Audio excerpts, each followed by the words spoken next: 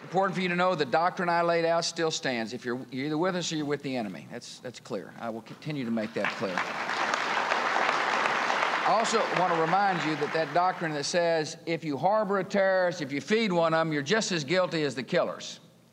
And I want you also to remind your youngsters about what this nation did in Afghanistan.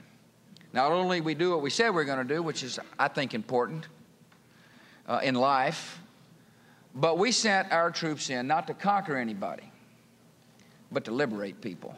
We freed a country from the clutches.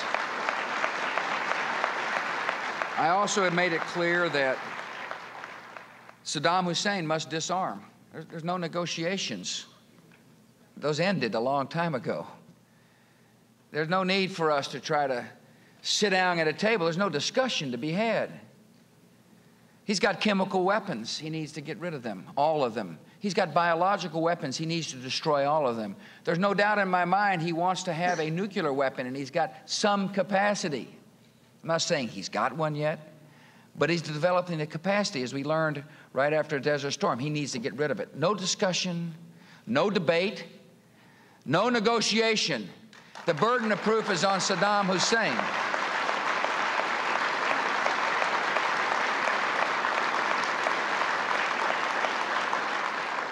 It's an American issue, a uniquely American issue. And it's, as I reminded the members, that I say uniquely American issue because I truly believe that now that the war has changed, now that we're a battlefield, this man poses a much graver threat than anybody could have possibly imagined. Other countries, of course, bear the same risk. But there's no doubt his hatred is mainly directed at us. There's no doubt he can't stand us. After all, this is the guy that tried to kill my dad at one time. I take my responsibility seriously as the Commander-in-Chief. I want you to know I understand how serious it is to commit our troops.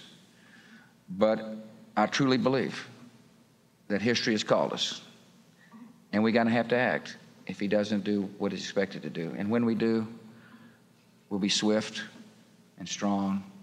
If we have to, we'll win, and the world is more likely to be at peace after it happens.